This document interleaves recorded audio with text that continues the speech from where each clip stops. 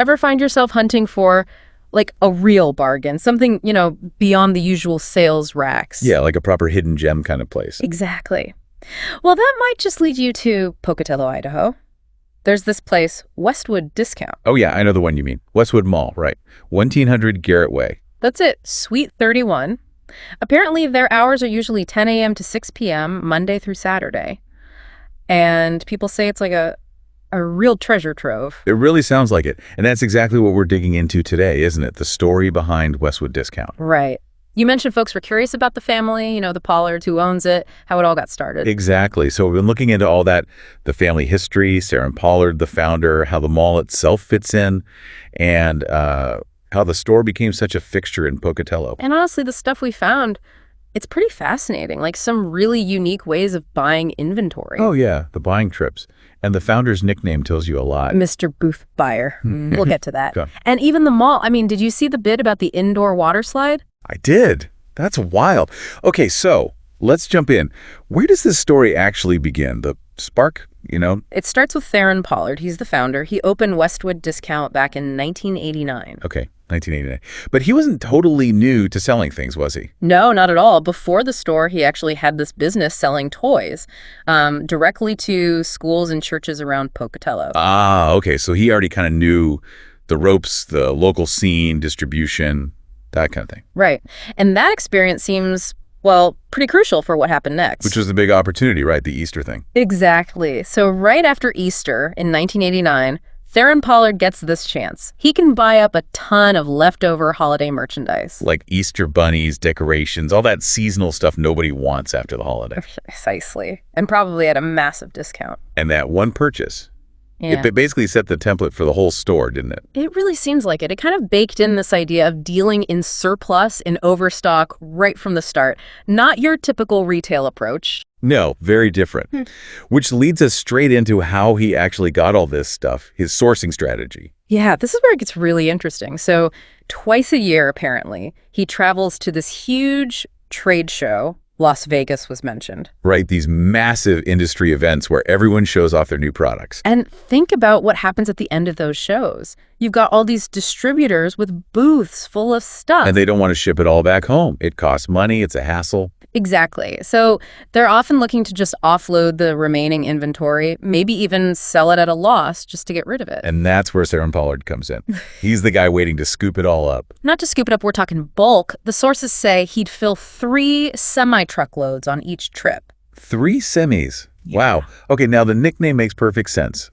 Mr. Booth Buyer.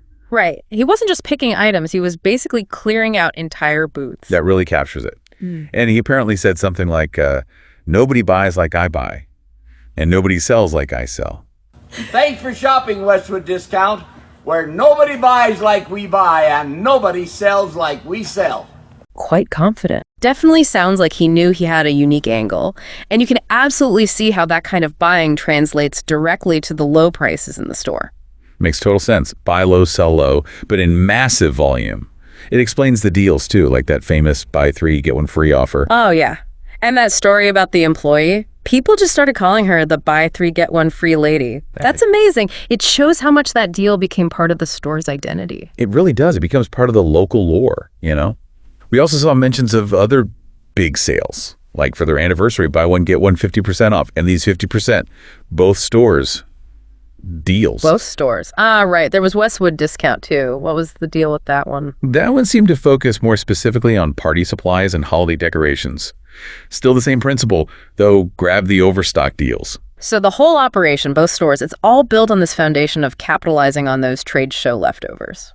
Pretty smart, really. It is. You do wonder, though, if it's sustainable long-term, relying on that kind of surplus. But hey, they've been doing it since '89, so it seems to work. Yeah, it really speaks to his knack for finding that niche and making it work year after year. Okay, so Theron Pollard is clearly the driving force behind the buying. But this was a family affair, wasn't it?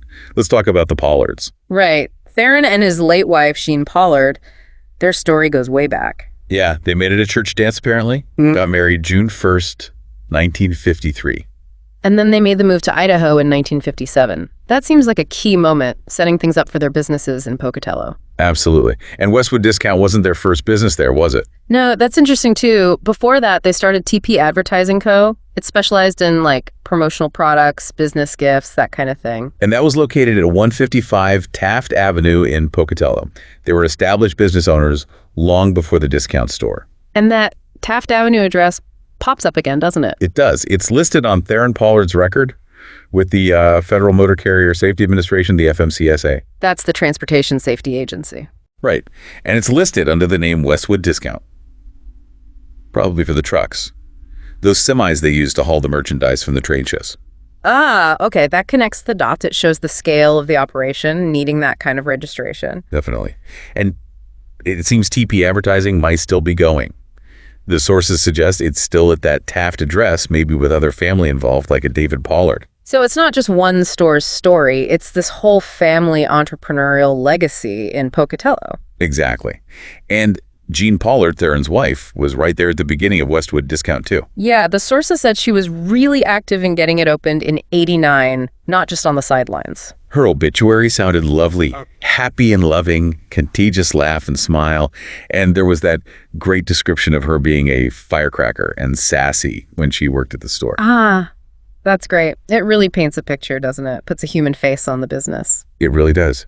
Now, it's interesting, we didn't find like a separate official business registration just for Westwood Discount in the stuff we looked at. But that FMCSA record with Theron Pollard listed as doing business as Westwood Discount, that kind of serves as official recognition, right? Pretty much.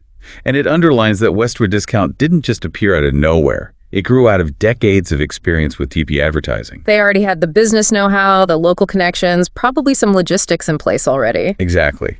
So, quick timeline. Married 53, Idaho in 57. TP Advertising started sometime after that. Then Jean helps Theron launch Westwood Discount in 89. And both businesses seem to still be around. That's quite a run.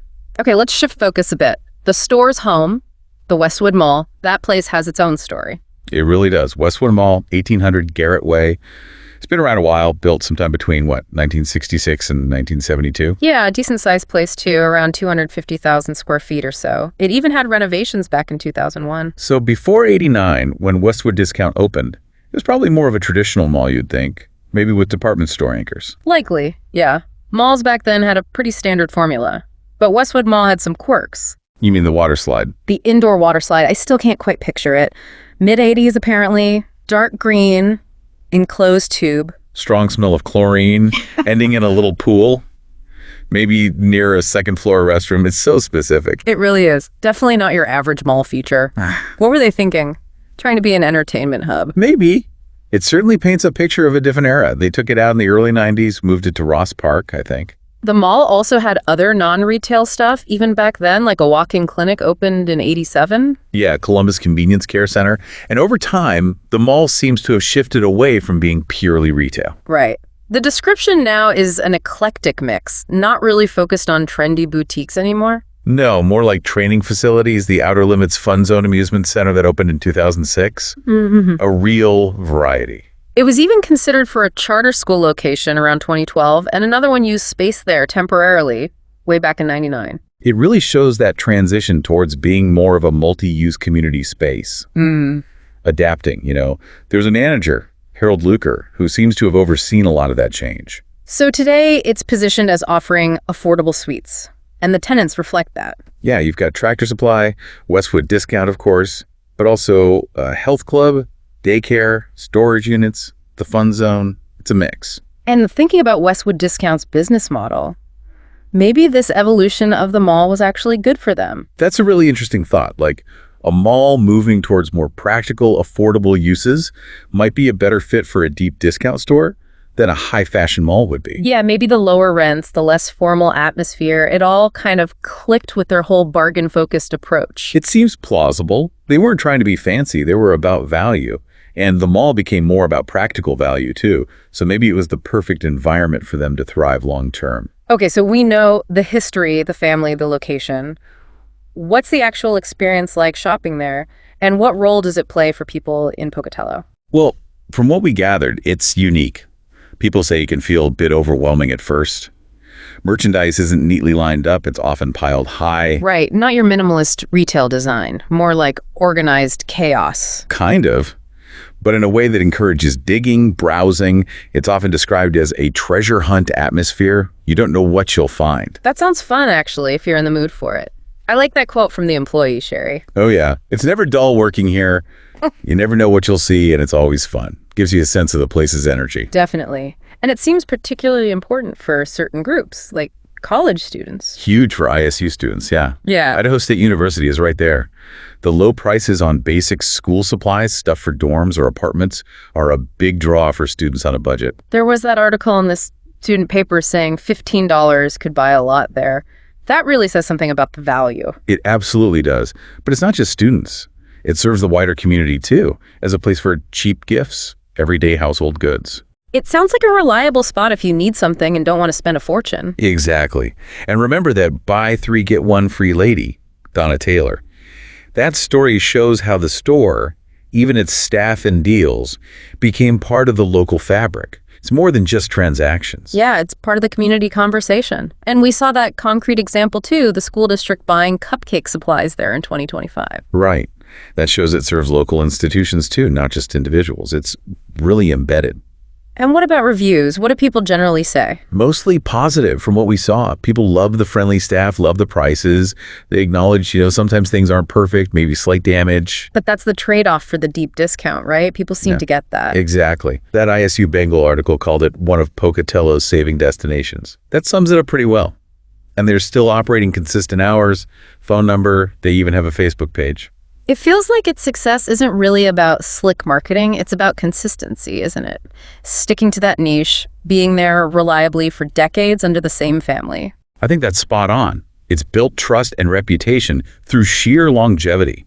And by consistently delivering on that promise of deep discounts on, well, pretty much anything they can get their hands on. It's become that dependable go-to for anyone watching their budget students, families, even organizations. That reliability, maintained for so long, that's a powerful thing in a community.